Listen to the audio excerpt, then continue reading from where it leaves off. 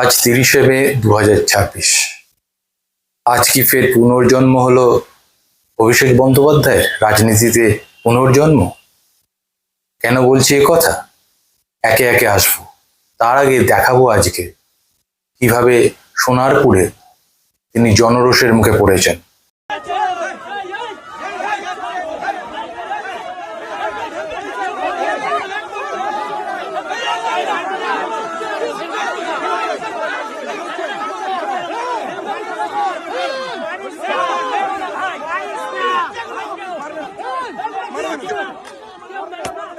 ছবিটা দেখলেন, এটা দেখে কিন্তু আমার একটা জিনিস মনে পড়ে যাচ্ছিল, জানেন, পার্থ চট্টোপাধ্যায়ের বাড়িতে বা ফ্ল্যাটে বলা ভালো, যখন কোটি কোটি টাকা উদ্ধার হলো, তারপরে তাকে যখন ঠাকুরপুকুরে নিয়ে যাওয়া হয়েছে, তখন তার দিকে উড়ে এসেছিল জুতো। এটা কিন্তু একটা স্বতঃস্ফূর্ত ভাবেই কেউ একজন ছুঁড়েছিলেন মানুষের। জানি না আজকে এই যেভাবে ডিম একের পর এক ছোড়া হচ্ছিল দেখলাম, সেটা কতটা স্বতঃস্ফূর্ত ছিল, কিন্তু কিছু মানুষের রাগ, অভিমান, ক্ষোভ ছিল, এটা বোঝা যাচ্ছে। তবে এর পেছনে কি পরিকল্পনা, সেটা তদন্ত সাপেক্ষ। এবং যেভাবে হেনস্থার শিকার হয়েছেন তিনি, সেটা অবশ্যই কাম্য ছিল না রাজনীতিতে, অন্তত।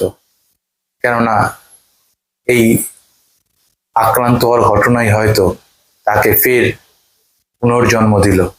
এই কথা আমি বলছি না, এই কথা বলছেন খোদ তাঁর দলেরই কুণাল ঘোষ।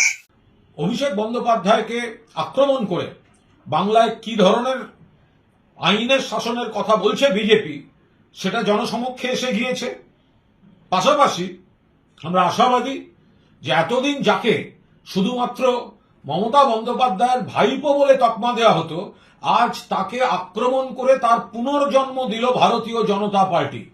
4 মে রেজাল্ট আউট হয়েছে, বাংলায় বিজেপি ক্ষমতায় এসেছে বিপুল সংখ্যাগরিষ্ঠতা নিয়ে। আর আজই প্রথম, অর্থাৎ 30শে মে, 26 দিন পর, ফল বেরোনোর 26 দিন পর রাস্তায় বেরোলেন অভিষেক বন্দ্যোপাধ্যায়। আজকে প্রথমে তার যাওয়ার কথা ছিল সোনারপুর, তারপরে বেলেঘাটা, কিন্তু পরিকল্পনা পরে বদলায়। কি হয়, আজকে প্রথমেই তিনি চলে যান বেলেঘাটা সকালের দিকে। সেখানে কিন্তু বেলেঘাটায় কুণাল ঘোষের বাড়িতে 3 তলায় গিয়ে আক্রান্তদের সঙ্গে দেখা করেন। সেখানেও কি জনরোষের ভয় ছিল, এটা বোঝা মুশকিল। কিন্তু সেইখান থেকে তিনি যখন এসে সোনারপুরে পরে বিকেলে গেলেন, সেখানে যে ছবি দেখা গেল সেটা মারাত্মক। বাইক নিয়ে তার দলের কয়েকজন তাকে নিয়ে যাচ্ছেন, তারপরে প্রচুর লোক বাইক থেকে নামতেই তার দিকে উড়ে এলো ডিম, এবং তিনি বাধ্য হয়ে হেলমেট পরতে বাধ্য হলেন। তার চশমা ছিটকে গিয়েছিল। এবং কেন তার এই পুনর্জন্মের কথা আসছে, আপনাদের মনে থাকবে 1984 সাল সোমনাথ চট্টোপাধ্যায়কে হারিয়ে মমতা বন্দ্যোপাধ্যায় প্রথম লোকসভা আসনে জিতলেন। যাদবপুর কেন্দ্র থেকে জিতলেন। 89 সালে কিন্তু সেই যাদবপুর থেকেই মালিনী ভট্টাচার্যের কাছে তিনি হেরে গেলেন। 1990 সালে হাজরা মোড়ে কিন্তু তিনি আক্রান্ত হন, তার মাথায় লাঠি পড়ে, মাথা ফাটে।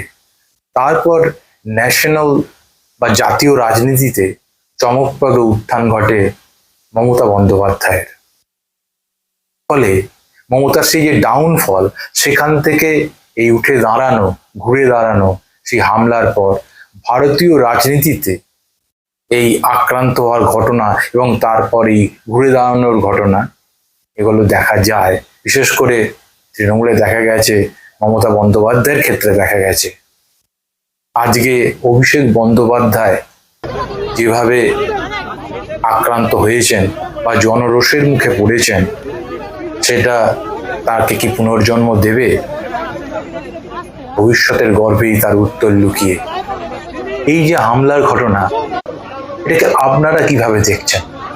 বা জনরোষ, হামলা বা জনরোষ, এক পক্ষ বলবেন হামলা হয়েছে, এক পক্ষ বলবেন জনরোষের শিকার হয়েছে। কিন্তু এই যে পরিস্থিতি তৈরি হলো, এটাকে আপনারা কিভাবে দেখছেন? আপনাদের মতামত জানান, লিখে জানান, আর দেখতে থাকুন জার্নো আমি।